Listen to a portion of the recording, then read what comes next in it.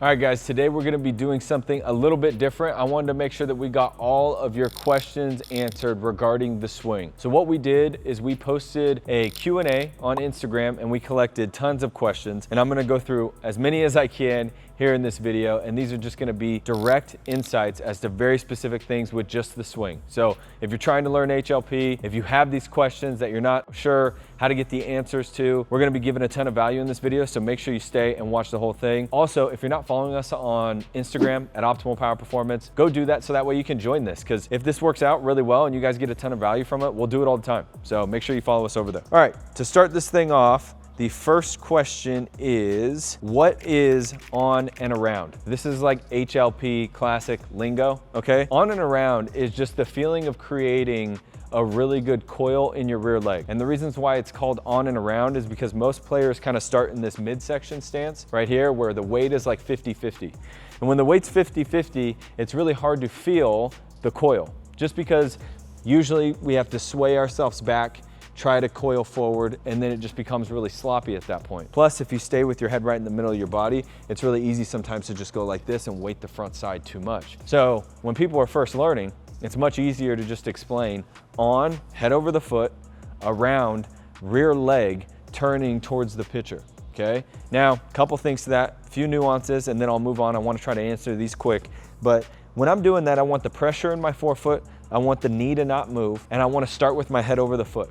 Now, for some of you, that's gonna be like really head inside the foot is how that feels. But if you're just learning, you're brand new, on and around is literally start head over the foot, get a little bit more narrow in your stance, and then try to feel your knee not moving and you coiling. As you progress through that, that's where you start to incorporate your forward move and then you make it your own.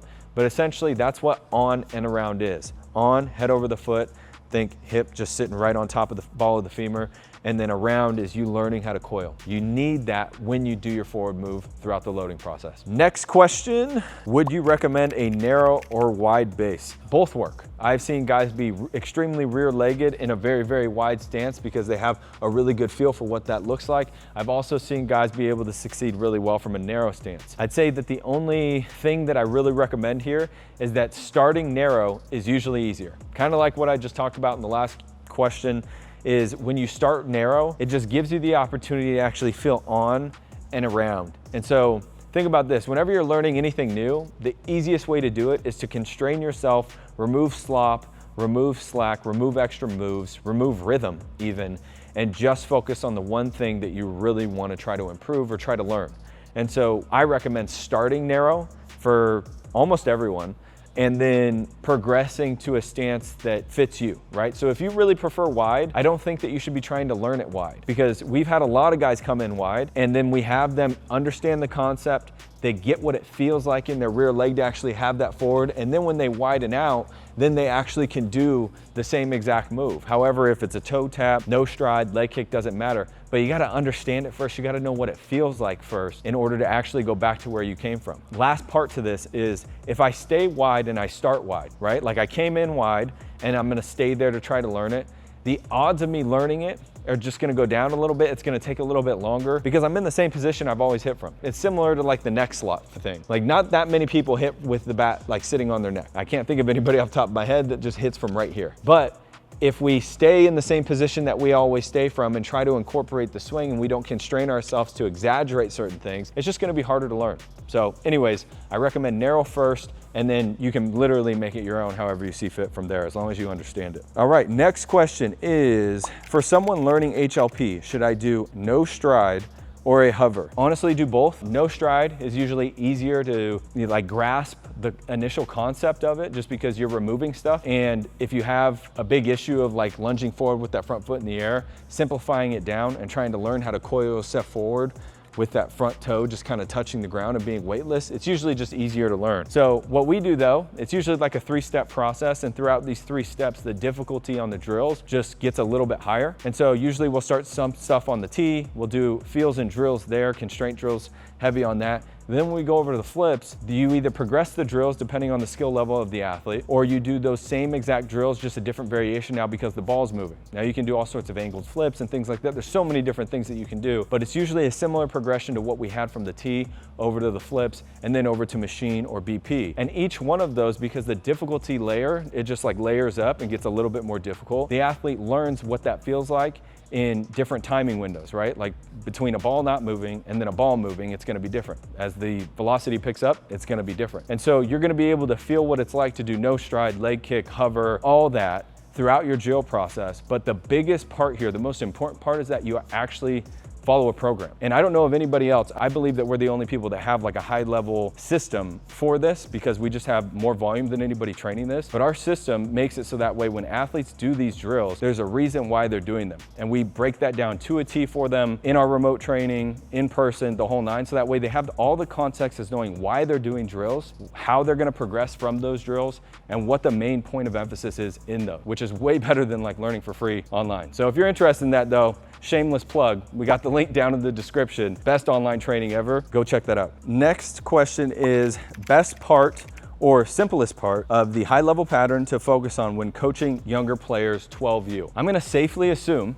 I'm gonna assume that this is probably for a team and not just like one individual athlete. So in a team setting, at that age, and this is honestly, it could be for an individual too, but in a team setting, I'd recommend starting with the rear leg. It's gonna be the easiest part to the whole sequence that everybody can just grasp, right? Parents included. I'm assuming, now we don't necessarily coach teams yet, I'm assuming that if I had a lot of 12U players, parents are probably gonna be pretty heavy in the air. I know coaches in our license program who have teams, and parents are pretty consistent there. They really want to know what's going on, how they're doing things, and they're really in your ear. Every parent and every coach in the world can understand there's value in not lunging forward. They understand that there's value in learning how to control your head in space and being able to control your load. And so even if people there don't agree, or even if the athletes don't like it because they've been, brainwashed by parents and other coaches or whatever, most people, 99% of them will agree having a foundation of the rear leg is important. So you're gonna have less people to argue with, you're gonna have less, conflicting beliefs and stuff like that over it. So it's gonna be the easiest barrier of entry to just start with. And based off our data, we've been doing this for almost a decade now, it's the easiest thing to learn from a skill acquisition standpoint. Mainly because everybody their whole life has been trying to learn how to stay back. It's just what they've had at this point is usually dad coaches in the corner, like stay back whenever, which isn't very helpful. So everybody's already been trying that. Not that many people grew up trying to turn the barrel and feel the suddenness in this. So it's gonna be a lot less limiting beliefs you're gonna have to conquer. It's gonna be easier for them to understand the skill and retain it. Plus, once they understand the rear leg and they can just have a basic concept of coiling forward, that's it. And they lunge less, right? Like they're not just trapped by this momentum, trap. Once they get that, then when you start incorporating things like this, it's so much easier. I mean, drastically easier. In our programming for our youth athletes online, we take them through a linear progression model. And then we also give them all the education and context, and we walk their parents through this stuff on live calls and everything like that, because it's actually really easy, in my opinion, to get an athlete to understand this concept. The hard part is getting them to stick with it for a long period of time. Even if results don't happen very fast, that's usually from the parents. And then the next hard part is making sure that they're also investing in physical ability and being able to improve their foundational strength, explosiveness, and all that stuff, so that way their skill can improve. And so those are probably like the biggest hurdles as far as this stuff is concerned, which is why when people invest in our online training, we handle everything. Their throwing, their strength training, their hitting, all that. And I'm not trying to plug us, I'm just saying that that's why we have such good results, is because the investment has come fully from the parents and the athletes. They're all in on it. And so it makes it way easier to actually get these results when they're following systems for strength conditioning and hitting. So best case scenario, super long-winded answer to this question, but I would say easiest thing is rear leg. If you can get them to buy in on actually understanding this stuff and these concepts, and then also somehow providing some kind of quality physical training that they can actually have an ability to raise their skill because they get drastically stronger, I mean, your team is gonna dominate at that point. Next question, when you feel the stretch, does that mean your forward move is done? No, nope. not at all. The stretch happens during the forward move. You can feel some of it in the readiness phase. So I think a little bit more context needs to happen here. I'm gonna try to keep these short and sweet, but you know, I answer how I answer. It is what it is. This is just live off the top. I've never seen these questions before. So when I'm stretching myself forward, sometimes it starts in the readiness phase. So there's 3 phases to the swing. There's the readiness phase, the loading phase, and the launch phase. The readiness phase is essentially the feeling that I have when I'm just now getting set up, right? Like I have the ability to hit right now if I need to. Is it gonna be my most dominant A+ swing, 110% where I can hit a bomb? Probably not, but I have the ability to, if he quick pitch me, like I could actually get my swing off from there. That's important because in that moment, I may feel a small stretch depending on how much of my readiness phase I actually need. So imagine you have this scale of like 1 to 5 for a readiness phase. For that scale, if for some people, it's gonna feel way more comfortable for them to be like, I'm at like a 4 or 5, where I'm almost, all I have to do at this point is just stretch a little bit and I'm all the way there. And that's basically 5 through 10 at that point, right? The loading phase, essentially. For others, it's gonna be like, I'm more like a 1 or 2. I just wanna have the ability to actually just be able to react and swing if needed. So there's gonna be some nuances there. I would say then from that point on, our goal is to make sure that through the loading phase, the second phase to the swing, is that we feel the stretch down our back, okay, as we go forward, because that stretch is gonna happen continuously until the moment we swing. Now we have a lot of content on this. I don't wanna take too long with every single question, but the stretch essentially is as I'm stretching against this rear leg when I go forward, my scap is also coming back, okay? So my elbow's coming back, my scap is getting retracted, kind of stuck in my back pocket, okay? Kind of like this. And then my back is also working up a little bit, okay? So these are obviously exaggerated moves. I'm not necessarily doing this in my swing and I'm not doing that, but those are the feelings. And so when I really do it, like if I really wanted to take my actual load, it would look something like this, okay? See how small and subtle that is? It's tiny, but I feel it shoot down the backside of my body. So I feel like there's almost like a rod from like my shoulder all the way down to my foot.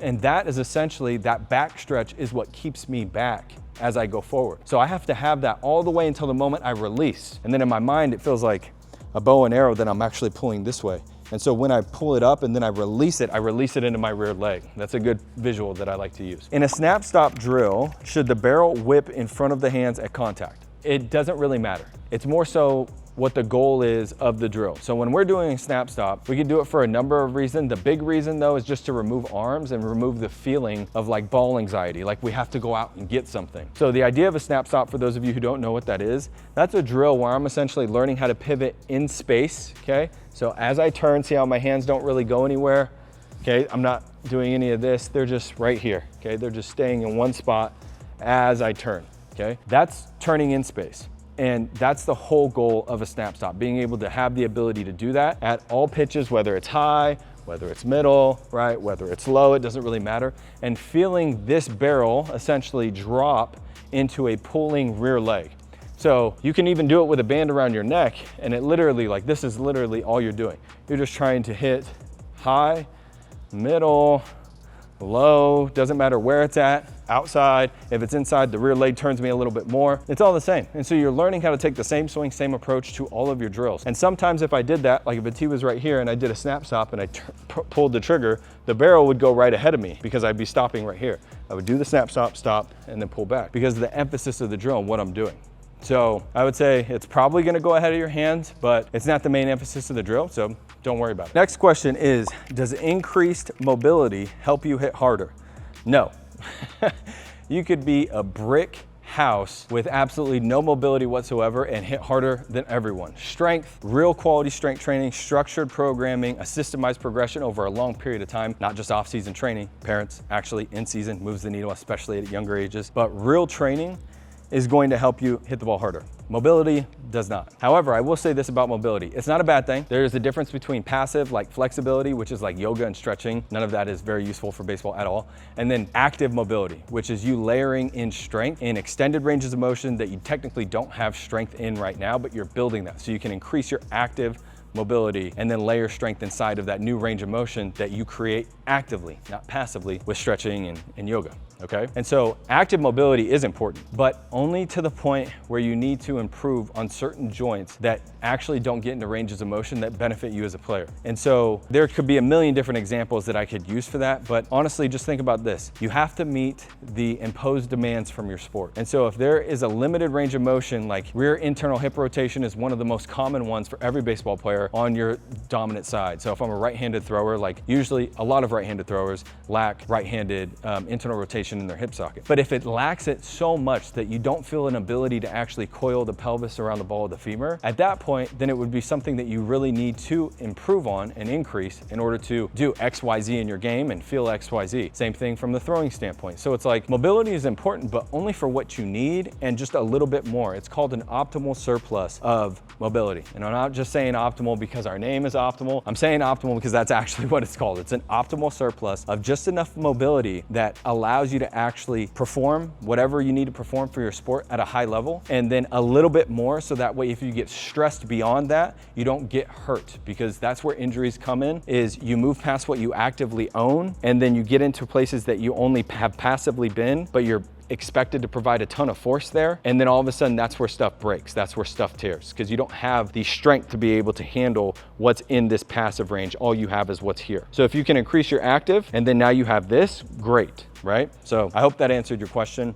Kind of went on a rant there. Next question. I'm a toe tap guy. I'm trying to find the timing mechanism with HLP swing. Any tips? Yeah, probably don't do the toe tap right now. Figure out the swing first, get the context down, probably invest into your training and not do the free thing, but you know, you might not. I would say, like, really for sure, take away the idea that this is important to you right now. Take away the idea that you have to flow through this right now. Take away the idea that you need to feel good right now. Go through what it takes to actually understand it and learn it at a high level, from a no stride, from a hover, from one leg, right? And then when you do bring back in the leg or the toe tap, you're gonna have such a better understanding of what it should feel like to do it correctly, that then I would just do the toe tap excessively slow. Like, I mean, it would literally look like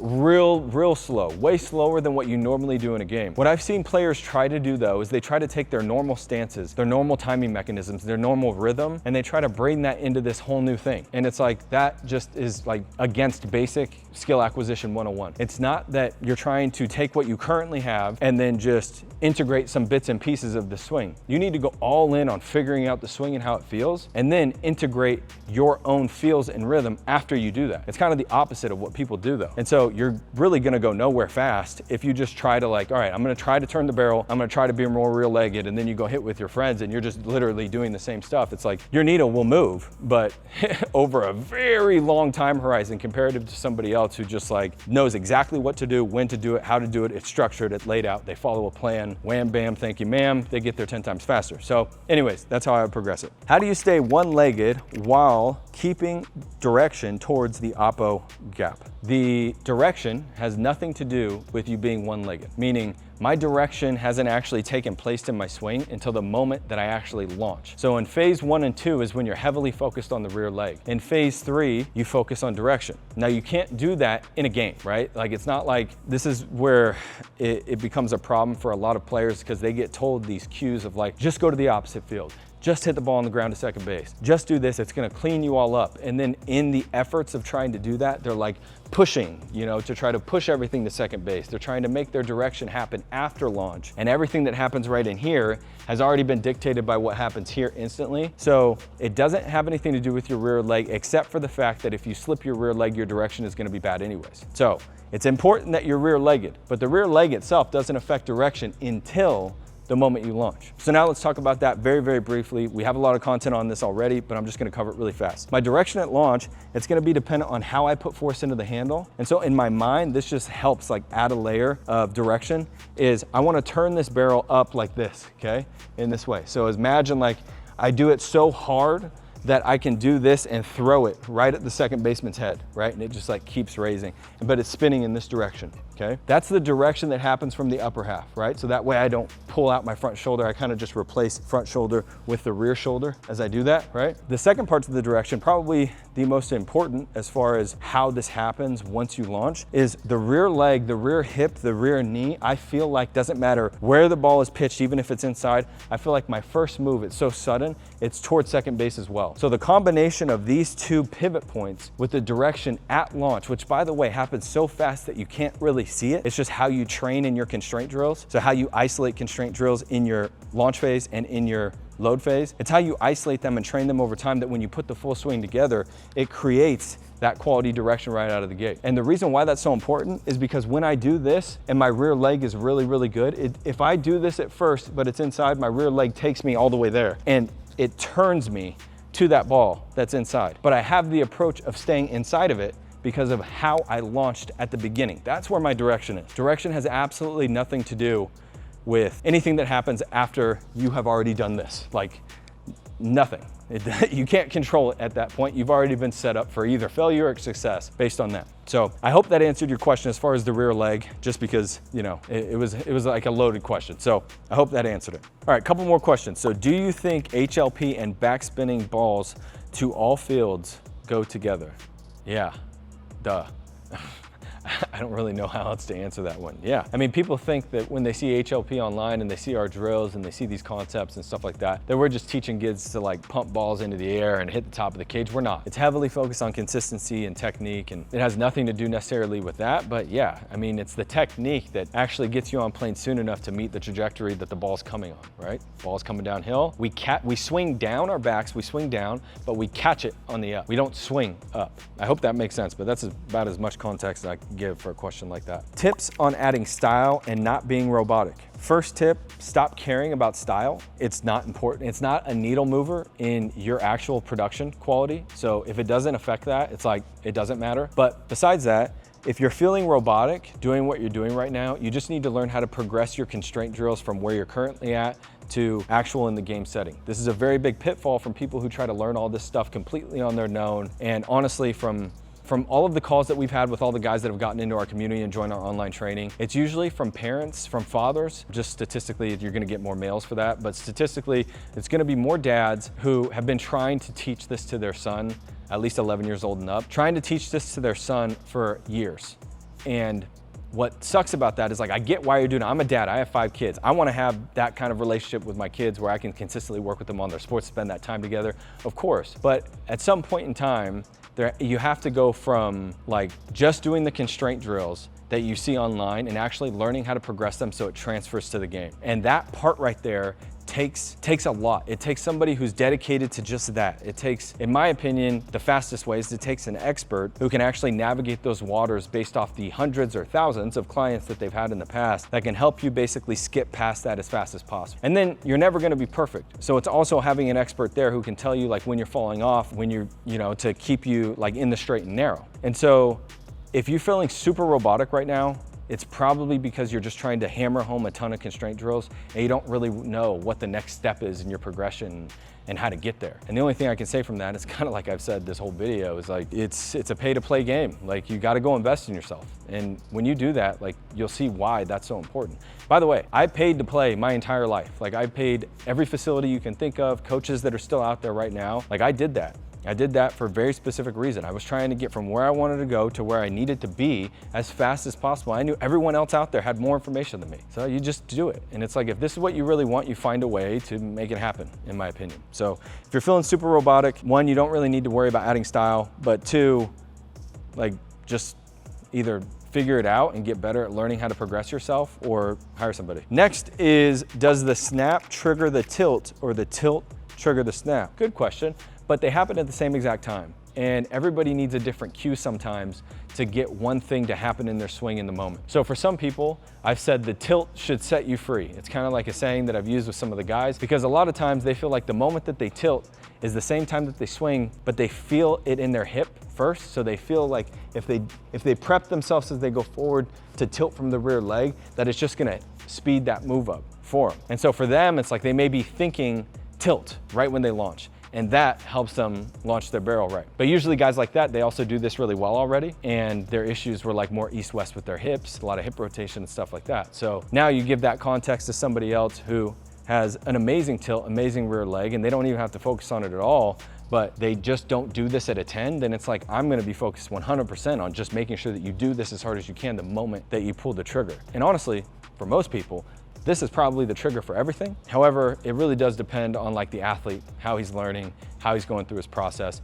Everybody has their kind of own little tidbits, P's and Q's to figuring this out. But I would say majority of people, this is the trigger. Some people have felt it from this first. It just depends on what really drives with you, what makes you understand it, so that way you're as quick as possible and you have the ability to do it at pitch release. Pretty much it, dude. Okay, so obviously there is a ton of questions on here. There's no way I can get to them all. I wanted to keep this video as short as possible. I'm not sure how long it's been, but I feel like it's been a pretty long time. I'm excited to keep doing stuff like this. I feel like that was the actual information you guys wanted right away. So if you got value from this, it'd be awesome if you could just go down below and leave a comment. Let us know what you thought about it. If you have any other questions, you can also put them there and we'll try to respond to as many as we can. The last thing I'll say is if you got any value from this, a quick like, quick subscribe, it'd mean the world to us. Thanks again. I'll see you guys soon.